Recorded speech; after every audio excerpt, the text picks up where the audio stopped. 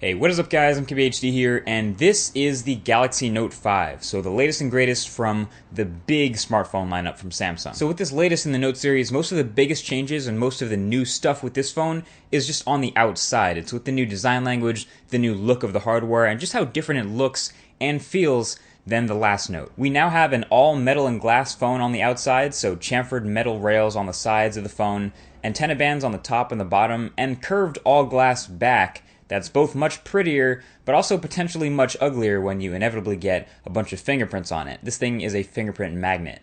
It's available in 4 colors: sapphire bluish, gold, a white, and my personal favorite, the titanium gray, since it shows the least fingerprints. And you're probably noticing it's taken a lot of this design language from its little brother, the Galaxy S6. So sealed back, no removable or expandable anything, thin metal edges to hold onto, and now with its larger size, I think the Galaxy Note 5 takes the crown for the slipperiest phone of all time, both in the hand and in the pocket. I swear it's slipped out of my pocket in cars more than any other phone, and it's like a bar of soap sometimes trying to pick it up. It's crazy. This is definitely one of those phones where you're probably going to want to change the texture on the back to make it easier to hold or to hide fingerprints. So a lot of people might think about buying a case for this phone, but it's already such a big phone that you probably don't want it to be even bigger in the hand. So the easiest way to change the texture, but without adding bulk, would be a skin. I'll leave a link to the skins that I like to use from D-Brand right below that like button. You can pick both the texture and a new color if you want. But yeah, so this is the look of a Samsung flagship now. Shiny,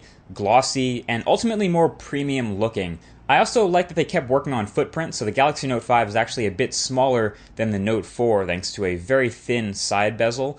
And other things like, the headphone jack placement and the fingerprint sensor and the buttons are all excellent. The buttons, like the Galaxy S6, are super clicky and tactile and satisfying and easy to press. There are definitely still cons to this new design though. One, there's no IR blaster anymore, not sure why. I didn't really use the one on the Note 4 a ton, but it was nice to have. But then 2 and 3, a smaller non-removable battery and no expandable storage. These two things only feel like such a big deal because of the natural comparison to the predecessor, the Galaxy Note 4, which had a larger removable battery and a micro SD card slot. So it kind of feels like you're losing features while moving up a generation. The expandable storage isn't a huge deal to me because I can work with 32 gigs, but if you want to take your music collection offline, or if you take a lot of 4K video, then you'll probably start to fill it up pretty quick. And I'll talk about the battery life more in a bit. The speaker at the bottom, when you're not blocking it, is loud and fairly impressive, but I hold my phone like this, and I sometimes block the speaker, and when I accidentally do, it's actually amazing how much it suffers. Obviously, you'll know immediately when you're blocking it, but it's almost comical how pretty much you can mute the speaker by putting a fingertip over the speaker grill since it's so small.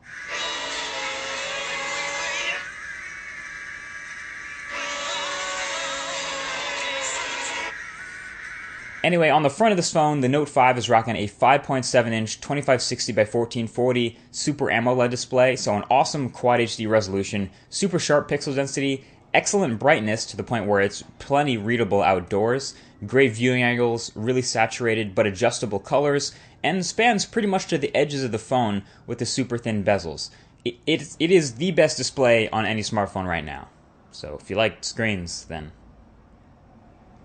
So having such a great display has always been like a strong point for the Galaxy Note, and that's no exception here. And the specs inside push all those pixels just fine. In fact, the Galaxy Note 5 is again a beast in the spec department, bringing up a lot of the top hardware from the Galaxy S6, and it pretty much checks all the boxes. So octa-core Exynos 7420 chip, a bump up to 4 GB of RAM, the 16 megapixel camera from the Galaxy S6 that was so good with optical image stabilization and an f1.9 aperture, NFC, AC Wi-Fi, LTE Advanced, the whole package. The only specs that may look like a downgrade on paper are the move from that weird USB 3 port back to the USB 2.0 on the bottom, and the smaller 3000 mAh battery. It may sound weird to say that a 3000 mAh battery is small, but for such a high-powered device and such a big, bright, high-res display, kinda expected more.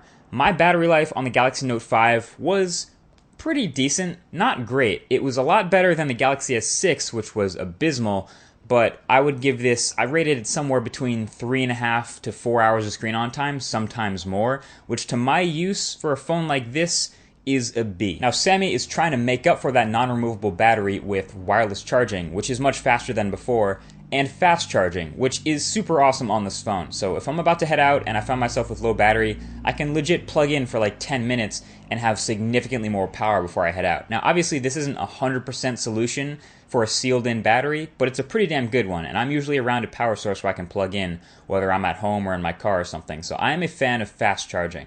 Now, pretty much the rest of this phone is a scaled-up version of the Galaxy S6 experience. It's the latest version of TouchWiz on top of Android 5.1, and it's still a pretty good performer in the same way as the S6. You can grab a theme from the theme store to make it look more or less like stock Android if you want to, and you still have all the Samsung apps pre-installed, stuff like S Health to measure your heart rate and fitness if you want, all the other S apps, S Voice, S Note, and then it has the software features that are unique to the Note. So the multi-window on the larger display is still great. It works with a bunch of apps. Still not 100% compatibility, but it is helpful if you want to multitask and get two things done at the same time.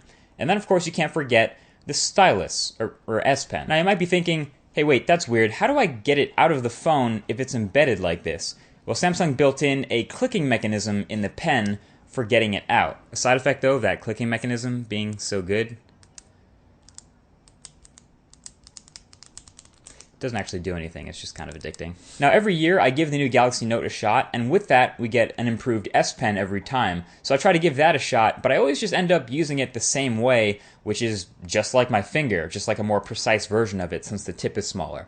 If you are an avid S Pen user, you will notice stuff like is improved. The menu, when pulling out of the stylus, is updated, and the functionality is improved. Things like the S Memos, you can pin any note to a home screen now, which is pretty dope, something you couldn't do before. And there's also a new feature in ScreenWrite called scroll capture. So if you want to take a screenshot of something that's more than one page, say a multi-page document or a tall web page or something like that, instead of taking multiple screenshots and then having to share them all, you can use scroll capture to merge them all into one huge, tall screenshot, which is actually pretty convenient. And my favorite new S Pen feature is the most convenient. When the screen is off, you can pull out the S Pen and immediately start writing on the screen, sort of like taking a pen and a notepad out of your pocket and using it to take a quick note. And then when you put the pen back in, it automatically saves whatever you just wrote, which is very handy for remembering quick things for later. Also, side note, you may have heard about the little problem where if you slide the S Pen in backwards, it breaks, so don't put it in that way. That's what she said.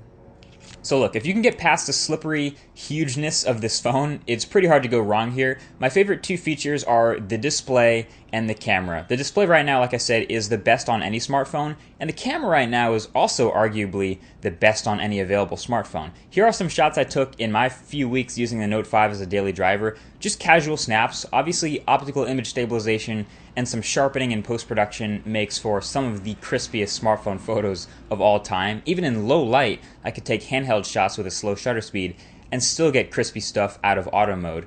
It does have a pro mode if you're feeling like digging into it, but for the most part, people use their smartphone cameras in auto, and the Note 5 is great at that. The one other smartphone I think that might come close to the Note 5 in terms of image quality is the LG G4 in manual mode, but the Note 5 does in 2 seconds in auto what could take anyone else 10 seconds fiddling in manual mode. So you gotta hand it to Samsung for that. So yeah, there you have it. That's the Note 5. The sealed back and the smaller battery kind of make it feel less like a power user's dream phone that we had in previous Notes, and more like a bigger version of their already kind of big premium flagship, the Galaxy S6. That's why I'm calling it the Galaxy S6 Plus. Not that there's anything wrong with that, it's still a pleasure to use, and an absolute killer on the spec sheet. But yeah, it's just a new, different direction for the Note series. But it's still absolutely the best phone that Samsung makes right now. Thanks for watching, and I'll talk to you guys in the next one. Peace.